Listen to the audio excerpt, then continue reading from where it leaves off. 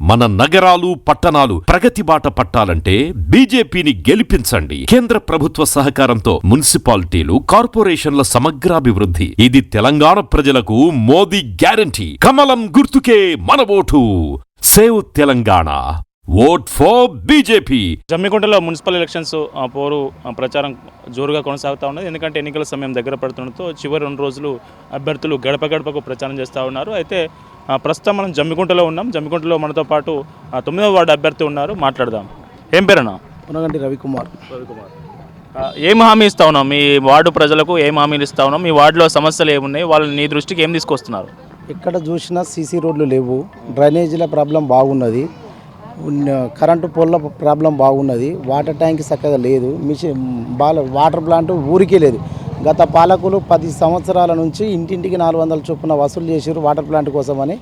గత 10 సంవత్సరాల నుంచి వాళ్ళు ఎలాంటివి చేయలేదు. ఇప్పుడు ఏ ఇంటికి పోయినా కూడా మాకు మొదటి చెప్పేది అదే వాళ్ళు. ఇప్పుడు నేను గెలిచిన తర్వాత ఉగాది రోజు వాళ్ళకు వాటర్ ప్లాంట్ ఇంటింటికి నేను నీరు అందిస్తాను. ఫస్ట్ నేను ఇంకా సంక్షేమ ఇది ఒకటి శ్మశాన వాటిక ఉంది, శ్మశాన వాటికలో కూడా కొద్దిగా వాటర్ ట్యాంక్ నిర్మాణం చేపిస్తా. ఆడ కూడా కొన్ని సవలతులు కావాలని నాకు చెప్తున్నారు. కొంతమంది వృద్ధులు మాకు పింఛన్లు వస్తలేవని చెప్తారు. వాళ్ళకు కూడా మేము ఖచ్చితంగా గెలిచిన తర్వాత ఖచ్చితంగా చేస్తామని హామీ ఇస్తున్నాం. కొంతమంది రేషన్ కార్డులు లేవు అని, కొంతమంది కళ్ళు కనబడతలేవు, ఆపరేషన్లు అని, రకరకాల మా సమస్యల దృష్టికి తీసుకొస్తాను.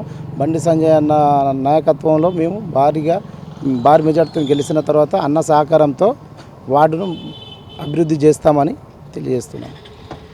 ప్రజల నుంచి రెస్పాన్స్ ఎట్లా ఉంది? మీరు ఓట్లాడడానికి పోయినప్పుడు వాళ్ళ నుంచి రెస్పాన్స్ ఎట్లా ఉంది? మీ ప్రత్యర్థులు కూడా ఉంటారు కదా, కాంగ్రెస్ కావచ్చు, బీఆర్ఎస్ పార్టీ అభ్యర్థులు కావచ్చు, మీ దగ్గరికి వస్తూ ఉన్నారు. వాళ్ళ దగ్గరికి పోయినప్పుడు వాళ్ళు ఏం చెప్తున్నారు?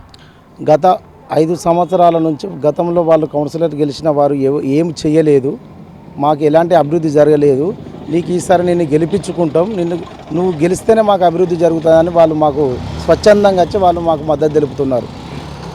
వాళ్ళు గత పాలకులు ఉప ఎన్నికలలో కూడా ఎన్నో పార్టీలు మారిర్రు, ఎన్నో డబ్బులకు అమ్ముడు వేయరు. మీరు ఎలాంటి ఒకటే పార్టీని పట్టుకొని ఉన్నారు. మీరు ఏ పదవి లేకున్నా కూడా మీరు సామాజికంగా సేవలు చేస్తున్నారు కాబట్టి మీరు ఖచ్చితంగా మీకు మద్దతు తెలుపుతాం. మిమ్మల్ని గెలిపించుకుంటేనే మాకు అభివృద్ధి జరుగుతుందని చెప్పి ప్రజల నుంచి భారీ స్పందన వస్తుంది. 9వ వార్డు మోతురోడం గ్రామ వార్డులో బీజేపీ అభ్యర్థిగా పునగంటి రవికుమార్ గారు ప్రతి ఇంటికి వెళ్ళడం జరుగుతుంది. ప్రతి ఇంటికి వెళ్ళిన సందర్భంలో ప్రతి ఒక్కరు కూడా మంచి ఆశీర్వదించి, బిడ్డ మాకు మీరు ఇంతకుముందు కూడా పదవి లేనప్పుడు కూడా మమ్మల్ని ప్రతి దానిలో ఆదుకున్నారు, మీరు ఇంకా మీద కూడా మీకు పదవి వస్తే మమ్మల్ని అందరినీ మంచిగా చూసుకుంటారు. మా వాడలో డ్రైనేజ్ వ్యవస్థ కానీ, మురికాలువలు కానీ, తర్వాత వాటర్ కానీ ఇవన్నీ నువ్వు వస్తేనే బాగుపడతాయి అనే ఉద్దేశంతో జనం కూడా ముందుకు తీసుకెళ్లే విధంగా ఉన్నారు. బలమైన వ్యక్తిగా ఈరోజు వార్డులో ప్రతి ఇంటికి వెళ్తే కూడా ప్రతి ఒక్కరు కూడా ఆశీర్వదించి, బిడ్డ నువ్వు గెలుస్తావనే విధంగా జనం ఉన్నారు. భారతీయ జనతా పార్టీ నుంచి మన పొడగంటి రవీందర్ గారు పోటీ చేయడం జరుగుతుంది. మరి వారికి గతంలో మున్సిపల్ కౌన్సిలర్ కాకున్నప్పటికీ కూడా ఈ వార్డులో ఉన్నటువంటి తాతల నాటి ఉన్నటువంటి భూ సమస్యలు అయితేనేమి, మరి విద్యార్థులకు మరి వారికి సంబంధించినటువంటి సర్టిఫికెట్లు అయితేనేమి, మరి కేంద్ర ప్రభుత్వం నుంచి వస్తున్నటువంటి ఆయుష్మాన్ భారత్ కార్డులు వందలలో ఇప్పించిన ఘనత మరి పీజేఆర్ గారికి, పొనగంటి రమణ గారికి దక్కుతుంది. కనుక ఈ వార్డు యొక్క ప్రజలు ఏదైతే ఆయనకు పదవి లేకున్నా కూడా నా ప్రజలలాగా మరి సొంత ప్రజల్లాగా మరి వారు పనిచేయడం జరిగింది. ఇవాళ వారికి అధికారం ఇచ్చినట్లయితే మరి కేంద్రంలో ఉన్నటువంటి మా మంత్రి గారు ఇవాళ హోంశాఖ సహాయ మంత్రిగా ఉన్నారు. మరి ఇవాళ టీఆర్ఎస్లో ఉన్నటువంటి అభ్యర్థి మరి గతంలో పార్టీలు మారిండు. ఇవాళ ఒకే పార్టీతోటి లక్షల రూపాయలు ఇస్తున్నా కూడా, బై ఎలక్షన్లో లక్షల రూపాయలు ఇస్తున్నా కూడా మరి పార్టీలు మారినటువంటి వ్యక్తి మన పొనగంటి రమణ.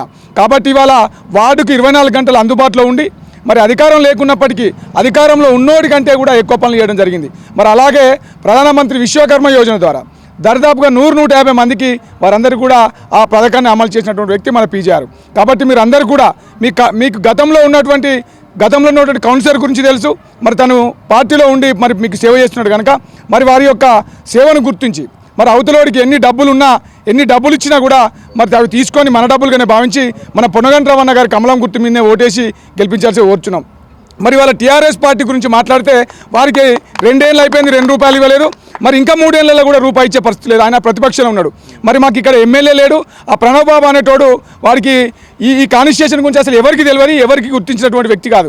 కాబట్టి మీరు గంపగుత్తగా మన పీజీఆర్ గారి కమలం గుర్తు మీద ఓటేస్తే మీ బిడ్డగా మీ మీ మీ అందుబాటులో ఉన్న బిడ్డగా మీకు 24 గంటలు సేవ చేయడానికి సిద్ధంగా ఉన్నాడు కాబట్టి మీరు ఎన్ని డబ్బులు ఇచ్చినా ఎన్ని ప్రలోభాలకు గురిపెట్టినా మద్యం ఏర్లై పారుతున్నప్పటికీ కూడా భయానికన్న వాతావరణం గురి చేసినప్పటికీ కూడా మీ ఓటు అనే ఆయుధాన్ని మరి కమలం గుర్తు మీద ఓటేసి ఇవాళ నరేంద్ర మోదీ గారు చేస్తున్నటువంటి అనేకమైనటువంటి అభివృద్ధి పథకాలను మరి మీరు గుర్తుంచుకొని మరి వారిని గెలిపించినట్లయితే మీ బిడ్డడు కనుక మీకు 24 గంటలు అందుబాటులో ఉండి ఇంకేమైనా డ్రైనేజ్ సమస్య ఉన్నా గుళ్ళ సమస్య ఉన్నా ఇవరకే గుళ్ళకు బళ్ళకు అనేకమైనటువంటి సహాయం అందించినటువంటి పీజీఆర్ కాబట్టి మీరు అందరూ కూడా కమలం గుర్తు మీద ఓటేసి మరి మన పునగంటి రవాణాన్ని గెలిపించాల్సిందిగా మీ అందరికీ కూడా సవినయంగా మనవి చేస్తున్నాను.